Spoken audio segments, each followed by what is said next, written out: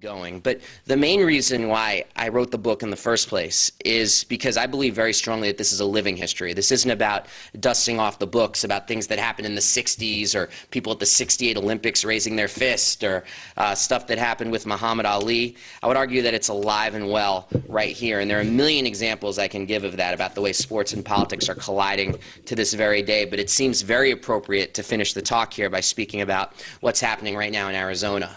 Because what's happened there with the way sports has come together with the struggle in Arizona for immigrant rights is nothing short of historic. I mean, for those of you who haven't perhaps been living in, Dick Cheney's bunker or something like that, Arizona, of course, passed Senate Bill 1070, which makes racial profiling a legal reality. They passed House Bill 2281, which bans ethnic studies in Tucson because it, quote, promotes ethnic solidarity, end quote.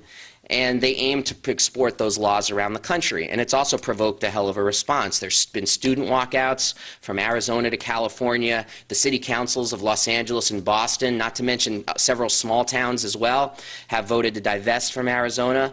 But most sharply, we've seen protests at games where the Arizona Diamondbacks have everywhere they go, from Denver to Chicago to Atlanta to Florida. I mean, they've become like the SB 1070 traveling roadshow. Everywhere the Diamondbacks go, there have been protests. And you know what? That is well deserved, because their owner, Ken Kendrick, is one of the big money bag underwriters of the state and federal Republican Party.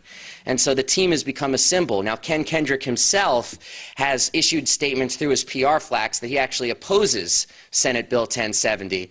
But, and I wrote about this and people can check this out, he's still holding fundraisers for the politicians who voted for it. And even better than that, after I wrote this story about how he was actually having a fundraiser in the owner's box at the stadium, which, by the way, was built with public funds, an owner's box fundraiser for this real jackass named Jonathan Patton, who's trying to move from the State House to the U.S. Congress. And in the so May 20th, big fundraiser, I wrote about it and said, look, this guy Ken Kendrick's a total liar. I got a response from Ken Kendrick's people where they sent me a note saying, Mr. Kendrick opposes SB 1070, your article is filled with lies and slander and libel, blah, blah, blah. And they said, and so I'm thinking, as I'm reading this, I'm thinking, uh-oh, did I get my facts wrong here? Am I going to get sued or something? And then this guy wrote to me, Ken Kendrick is not even going to be at the game. His name was only on the invitation. And I'm like, oh, this is funny. His name was only on the invitation because he's been a supporter of Representative Patton for years, and it has nothing to do with his support of SB 1070. And it's like, dude, you are so getting protested. That's the response to that. And it's provoked a response within sports. 15 players, and we're keeping a running count, myself and a group called MoveTheGame.org, which I'm going to say something about, that's actually organizing to move the 2011 All-Star Game from Phoenix as part of a divestment strategy. 15 players have come out and spoken against the bill. Adrian Gonzalez, who's the first baseman for the Padres, said if he's elected to the All-Star team, he will not go in 2011. Ozzie Guillen, the manager of the Chicago White Sox, has said he will not go. He will be boycotting it. But the real thing that's remarkable is that in a move without precedent in the history of sports and politics, an entire team, the Phoenix Suns, the NBA team, came out as one against the bill in Arizona. And it's a remarkable thing. Thank you, Stan. And people may have heard what had happened on Cinco de Mayo. They came out with jerseys. They all said "Los Suns" as they were on the court. A civil rights march of between 3,000 and 5,000 people marched by the stadium that was led by Al Sharpton and the Phoenix mayor, who were Phil Gordon, I believe his name is, and they were wearing jerseys that said Los Suns as they marched by. The team they were playing, the San Antonio Spurs, their coach, Greg Popovich, who is kind of like this ex-Marine guy, and it's like, there's a lesson on not judging a book by its cover. He said he was angry about it because he wanted his team to wear Los Spurs in solidarity with San Antonio, where he's from, and the league wouldn't let him do it. Meanwhile, you have the ex-LSD-taking flower child Phil Jackson of the Los Angeles Lakers come out and say that he was for SB 1070, which led in the most recent playoff series of the Suns against the Lakers, Kobe Bryant's wife, Kobe Bryant, the Lakers star player, his wife Vanessa, who's half Latina, showing up to the game wearing a "Do I Look Illegal" t-shirt and sitting behind the bench. So, And it's just to say that I would make the case, and I think this is a provable case, that when you have athletes take these kinds of stands, it provokes a much broader national discussion, because we live in an incredibly stultified, incredibly just malnourished political environment in this country. But when you have on sports radio people arguing and debating this stuff, it's really unbelievable. Mike Greenberg, who's one of the most widely heard sports radio guys on Mike and Mike in the Morning, he made this sort of came out of his mouth before he could realize how it sounded, but I thought it was really interesting. He said, after they had this long debate about the bill and should the Suns be doing these actions, Steve Nash, should he have said this? The general manager, Steve Kerr, should he have said that the bill reminded him of what he used to read about Nazi Germany? Was that an appropriate thing for a basketball general manager to say? And Mike Greenberg said, he sort of took a breath and he said, you know what? I'll say this, I'm not sure what I think about the bill or whether they should be doing something, but I don't think I would have even thought about what's happening in Arizona if they weren't doing this right now. And it's like, that's real. Far too many people in this country skip right past C-SPAN and go to ESPN or put down the front page and pick up the sports page. That's just a fact.